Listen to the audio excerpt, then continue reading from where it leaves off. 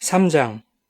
이스라엘 자손이 각자의 성읍에 살았더니 일곱째 달에 이르러 일제히 예루살렘에 모인지라. 요사닥의 아들 예수아와 그의 형제 제사장들과 스알디엘의 아들 수룹바벨과 그의 형제들이 다 일어나 이스라엘 하나님의 제단을 만들고 하나님의 사람 모세의 율법에 기록한 대로 번제를 그 위에서 드리려 할세.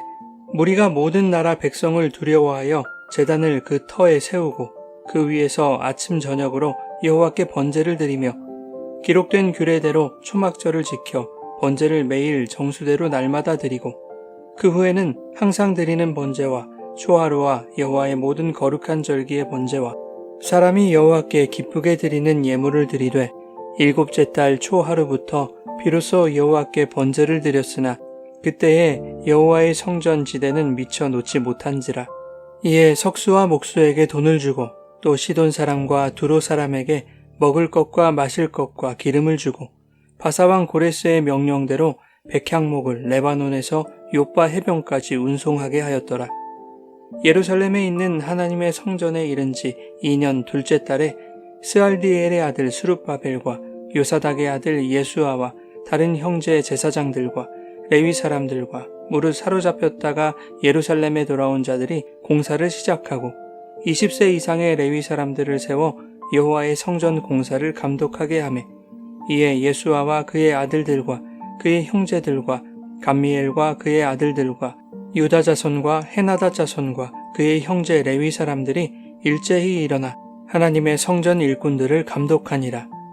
건축자가 여호와의 성전의 기초를 놓을 때에 제사장들은 예복을 입고 나팔을 들고 아삽 자손 레위 사람들은 재금을 들고 서서 이스라엘 왕 다윗의 규례대로 여호와를 찬송하되 찬양으로 화답하며 여호와께 감사하여 이르되 주는 지극히 선하심으로 그의 인자하심이 이스라엘에게 영원하시도다 하니 모든 백성이 여호와의 성전 기초가 놓임을 보고 여호와를 찬송하며 큰 소리로 즐거이 부르며 제사장들과 레위 사람들과 나이 많은 족장들은 첫 성전을 보았으므로 이제 이 성전의 기초가 놓임을 보고 대성통곡하였으나 여러 사람은 기쁨으로 크게 함성을 지르니 백성이 크게 외치는 소리가 멀리 들리므로 즐거이 부르는 소리와 통곡하는 소리를 백성들이 분간하지 못하였더라.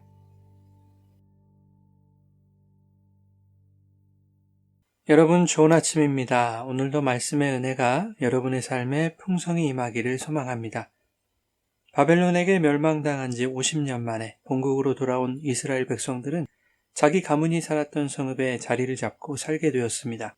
그렇게 정착한 지 약 3개월 후인 그해 7월에 백성들이 일제히 예루살렘으로 모입니다. 이스라엘 백성에게 7월은 한 해를 시작하는 달로서 7월 1일에는 나팔을 불어서 이스라엘의 종교적 신년을 선포했습니다. 그것이 나팔절이죠. 뿐만 아니라 7월 10일은 백성의 모든 죄를 대속하는 속죄일이었고 7월 14일부터는 광야에서 이스라엘을 인도하신 하나님의 은혜에 감사하는 초막절을 지켰습니다. 이렇듯 유다 민족에게 있어 7월은 종교적으로 대단히 중요한 시기였습니다. 이러한 때에 본국으로 돌아온 백성들이 한자리에 모인 것이죠. 그들은 예루살렘 성전을 재건하는 사명을 가지고 귀환한 만큼 지금 자신들이 무엇을 해야 할지를 알았던 것입니다. 가장 먼저 모세의 율법에 기록된 하나님의 말씀을 준행하는 것이었죠. 성전 건축도 중요한 일이지만 유다가 왜 바벨론으로 끌려갔는지를 깊이 반성하고 있었던 그들은 가장 먼저 하나님을 향한 예배의 회복이 이루어져야 한다고 생각했던 것 같습니다. 그래서 그들은 임시로 하나님의 제단을 만들어 번제를 드리고자 했던 것이죠. 어찌 보면 성전을 재건하는 것도 결국은 하나님께 희생제사를 드리기 위함이지 않습니까? 하지만 제단을 만들어 번제를 드리는 결정은 결코 쉽지 않았을 것입니다. 50년 만에 돌아온 유다 땅에는 이미 그 땅에 정착해서 살고 있는 많은 이방 민족들이 있었습니다. 그런데 어느 날 대규모 무리가 몰려들어와서 이 땅은 원래 자기들 땅이라고 주장한다면 얼마나 마음이 불편하고 황당했겠습니까? 심지어 자기 땅이라고 주장하는 자들이 자신들의 신을 위해 제단을 쌓고 제사를 드린다는 것은 그 땅의 주인으로 정착하겠다는 것을 공개적으로 선언하는 것과 같았기 때문에 50년 동안 유다 땅에 살고 있었던 이방 민족들은 귀환민들에게 적개심을 드러낼 수밖에 없었던 것이죠. 그래서 3절에 무리가 모든 나라 백성들을 두려워했다고 말하고 있는 것입니다. 그럼에도 불구하고 이방 민족들의 적대적인 행위를 감수하면서까지 성전터에 제단을 세워 매일 드리는 상번제를 하나님께 올리기 시작한 것입니다. 3절에 보면 아침 저녁으로 여호와께 번제를 드렸다고 말하고 있고 4절에는 번제를 매일 정수대로 날마다 드렸다고 말합니다. 5절에는 항상 드리는 번제를 말하고 있죠. 이렇게 귀환민들은 일상의 예배를 회복하고 있었던 것입니다. 그렇게 예배의 회복이 이루어진 후에 6절부터 성전의 기초를 놓는 내용이 이어지고 있는 것이죠. 그런데 옛 성전터에 임시적으로 제단을 세워놨지만 성전 재건을 위한 기초석은 꽤 오랜 시간 놓지 못했던 것 같습니다. 8절에 보면 바벨론에서 돌아온 이듬해 둘째 달이 돼서야 성전 기초 공사가 시작된 것으로 보아 이방 민족들의 압력과 방해가 얼마나 많았을지를 추측해 볼 수 있는 것이죠. 우여곡절 끝에 대제사장 예수아와 수룹바벨의 지도하에 드디어 성전 공사가 시작됩니다. 첫 삽을 뜨는 순간의 그 감격은 여호와께 대한 감사와 찬양으로 터져 나왔습니다.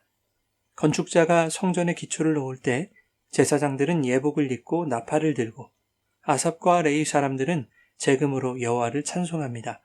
모든 백성도 성전 기초가 놓임을 보고 여호와를 찬송하며 노래했다고 기록하고 있죠. 그런데 12절에 보면 나이든 제사장들과 레위 사람들 그리고 나이 많은 족장들은 성전 기초가 놓임을 보고 대성통곡을 합니다. 기쁨으로 노래하면서 크게 함성을 지르는 사람들과 대조적인 모습을 보이고 있는 것이죠. 나이든 귀환민들은 어린 시절에 봤던 솔로몬 성전을 기억하고 있었습니다. 그들의 기억 속에 남아있는 장엄하고 화려한 성전에 비한다면 지금 기초를 놓은 이 성전은 초라하기 짝이 없는 규모였던 것이죠. 그들은 위용을 뽐내던 하나님의 성전이 초라하게 되었다는 것을 가슴 아파하며 성전을 지켜내지 못한 것이 자신들의 죄 때문이라는 회한의 눈물을 흘리고 있는 것이죠. 하지만 그게 전부는 아니었을 것입니다. 자신들의 죄 때문에 나라가 망하고 성전이 무너지며 포로 생활을 할 수밖에 없었던 역경 속에서도 하나님이 은혜를 베푸셔서 다시 본국으로 돌아오게 하시고 성전을 재건하게 하셨던 것에 대한 기쁨과 감격에 대한 눈물이기도 한 것이죠. 한쪽에서는 기쁨의 함성이, 한쪽에서는 통곡이 흘러나왔지만 13절은 백성들이 그 소리를 분간하지 못했다고 기록합니다. 변화의 순간, 새로운 시작이 있기까지는 눈물과 기쁨이 공존하는 법이죠.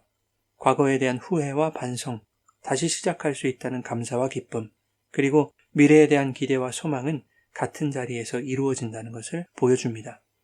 사랑하는 여러분, 우리의 삶에는 하나님을 예배하는 것을 방해하는 요소들이 곳곳에 있습니다. 방해의 요소들이 때로는 우리의 삶을 위협하는 중대한 문제들일 수도 있습니다.